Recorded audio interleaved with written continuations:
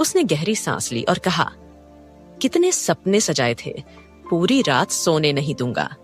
अगले महीने good news आ जाएगी, पर तुम्हारी वजह से ऐसा नहीं हो पाया। यह सुनकर वह बोला, भैया माफ कर दो, और कभी ऐसा नहीं होगा।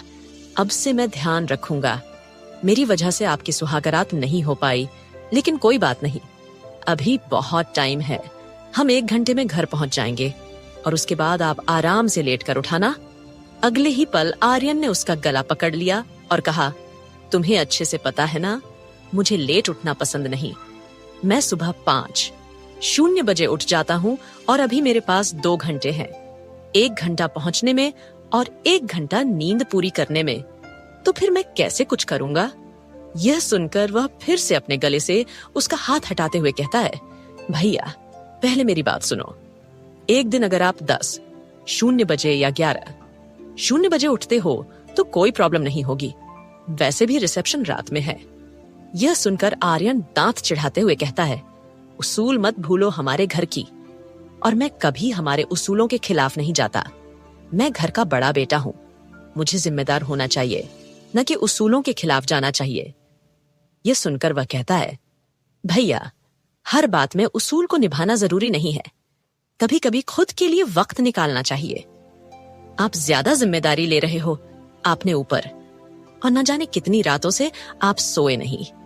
जितना भी खाली वक्त मिलता है लड़कियों के साथ जाकर बिता देते हो।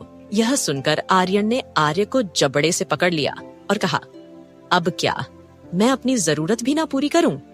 मुझे मेरी जरूरत पूरी करनी होती है। यह सुनकर आर्य बोला, 1-2 रात अगर आप चैन से सो गए तो क्या प्रॉब्लम है? यह सुनकर आर्यन उसे छोड़ देता है और एक गहरी सांस लेकर अपने सीट पर अच्छे से बैठ जाता है। फिर उसने अपने चमकदार कुल्हाड़ी को देखते हुए कहा, कुछ ज्यादा ही जुबान चलने लगी है तेरी मेरे सामने। क्या हो, इसके नीचे तेरा सर हो और कुछ ही देर में तेरा सर अलग जगह और तेरा धड़ अलग जगह हो, तब कैसा लगेगा? यह सुनकर वह बोला, भैया आप डरना बंद करो, मैं कह रहा हूं ना, सॉरी। यह कहकर उसने आर्यन को गले लगा लिया। आर्यन ने कहा, तू मेरा भाई है इसलिए तुझे माफ करता हूं, वरना मैं किसी को माफ नहीं करता, चाहे छोटी गलती हो या बड़ी गलती, सजा बराबर ही है। मैं भेदभाव नहीं करता, सामने कोई भी हो, लड़का या लड़की। तुझे पता है ना मैं कितना सच्चा और अच्छा हूं कि मैं भेदभाव नहीं करता। उसकी बातें सुनकर आर्य मुस्कुराते हुए कहता है, हाँ भाई, यही तुम्हारी अच्छाई है कि तुम भेदभाव नहीं करते। चलो घर पहुंच गए। यह कहकर उसने हवेली को देखा। दूसरी तरफ डर की वजह से देवांशी को नींद नहीं आ रही थी। उसका पूरा बदन कांप रहा था।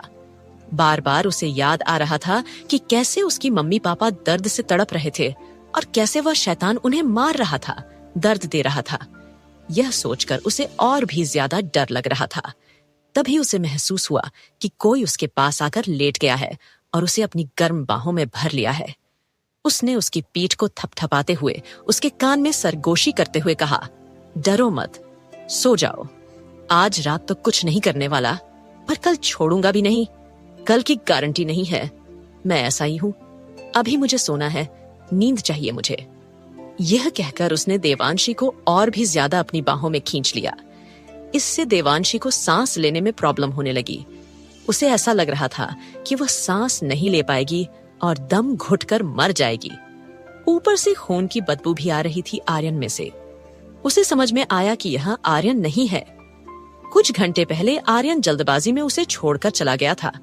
यह सोचकर वह काफी हैरान हुई, लेकिन खुश भी थी कि वह चला गया था।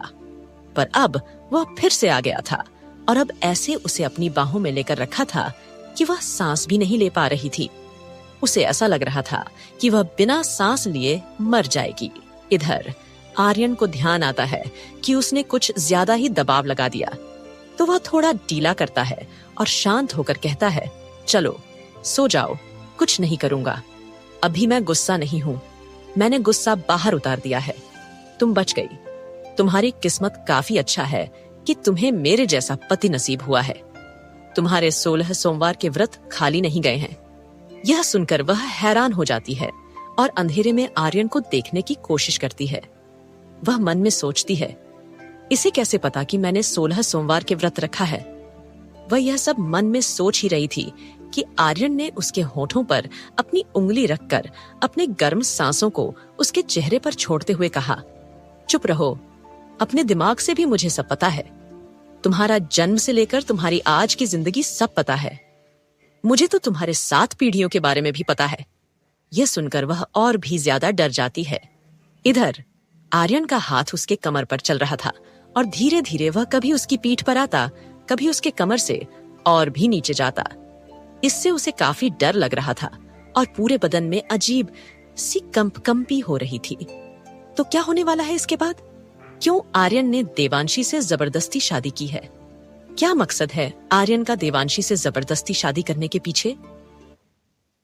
किस अगले दिन सुबह एक प्यारी सी खूबसूरत सी लड़की जिसने सफेद पटियाला सलवार सूट पहना हुआ था, फूलों के पौधों में पानी दे रही थी। उसने अपने बालों को खुला छोड़ दिया था और उसके बालों से पानी टपक कर नीचे गिर रहा था। उसे देखकर ही पता चल सकता था कि वह अभी अभी नहा कर आई थी। उसकी खूबसूरती का बयां करना मुश्किल था। वह इतनी ज्यादा खूबसूरत थी कि अगर कोई लड़का उसे देखे तो उसी पल उसके प्यार में गिर जाए। उसकी सुर्ख लाल होंठ, गहरी काली आंखें, सुनहरे बाल, गोरा रंग और ऊपर से सफेद पटियाला सूट जिसमें वह काफी ज्यादा खूबसूरत लग रही थी। उसने पैरों और हाथों में अलता पहना हुआ था। वह लड़की एक सफेद गुलाब के फूल को देखती है और उसे देखकर उसके चेहरे पर मुस्कान आ जाती है। वह धीरे से नीचे झुककर उसकी खुशबू इनहेल करती है और कहती है, यह कितना ज्यादा खुशबूदार और खूबसूरत है। इतना कहने के बाद अचानक उसके कान में एक ठंडी आवाज आती है, क्या कर रही हो बाहर? उसके हाथ से जग छूट जाता है और वह डरते हुए पीछे देखती है। उसके सामने आर्यन खड़ा था। वह डरते हुए कहती है, भैया, वह असल में मैं पौधों को पानी देने आई थी।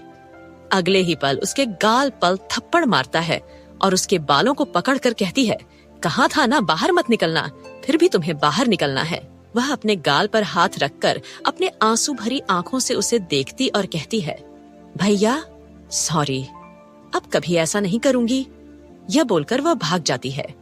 आर्य गुस्से के साथ बस उसे देखता रह जाता है। उसे काफी ज्यादा गुस्सा आ रहा था कि उसके घर की औरतों को बाहर निकलने की इजाजत नहीं है। और यह आर्य की बहन थी, अंजलि। उसे काफी ज्यादा गुस्सा आ रहा था अपनी बहन को बाहर देखकर। दूसरी तरफ कमरे के अंदर अंजलि रोते हुए सोच रही थी, क्या कभी मैं आजाद होकर बाहर नहीं जा पाऊंगी? क्यों हमारे साथ ऐसा करते हैं भाई? और कल तो एक और कैदी आ गई हमारे बीच में, हमारी भाभी बनकर। क्या पता वह अब कैदी बनने वाली है। पर मुझे उन्हें बताना चाहिए, उनकी मदद करनी चाहिए। यह सोचकर अंजलि ने अपने आंसुओं को साफ किया और फिर कमरे से बाहर निकली। उसने देखा कि उसकी मम्मी वहां पर थी। अपनी मम्मी को देखकर वह जल्दी से उनके पास गई और कहती है, मम्मी, आपको पता है ना अब भाभी के साथ क्या होने वाला है? हमें भाभी को बताना चाहिए। यह सुनकर मम्मी गुस्से से कहती हैं, नाम मत लो उसका, मैं उसे नहीं मानती अपनी बहू। मैं उम्मीद करती थी कि मेरा बेटा मेरे पसंद की लड़की से शादी करेगा, पर उसने मेरे खिलाफ जाकर एक दूसरी लड़की से शादी कर ली। यह सुनकर अंजलि कहती है, पर माँ, वह एक मासूम सी लड़की है। आप कैसे उनके साथ इतना गलत होने दे सकते हो? वह बहुत ज्यादा तकलीफ में रहेगी। यह सुनकर मम्मी गुस्से से कहती हैं, मुझे बिल्कुल फर्क नहीं पड़ता है। बस मुझे यह जानना है कि मेरे बेटे ने क्यों मुझसे बिना पूछे मेरे खिलाफ जाकर शादी कर ली। यह बोलकर मम्मी गुस्से से वहां से जाने लगती हैं और फिर एक नजर अंजलि को देखकर कहती हैं, किचन में तेरी चाची खाना बना रही हैं, तू भी जाकर उनकी मदद कर। और घर की बहू है वह, अभी तक नहीं उठती? अब तक 5:00 बज गए हैं। यह सुनकर अंजलि कहती है, मम्मी, वह कैसे उठ सकती हैं? कल कितने बजे लौटे थे, याद है ना? थकान हुई है उन्हें, इस वजह से शायद आप इतना मत ओवर रिएक्ट करो।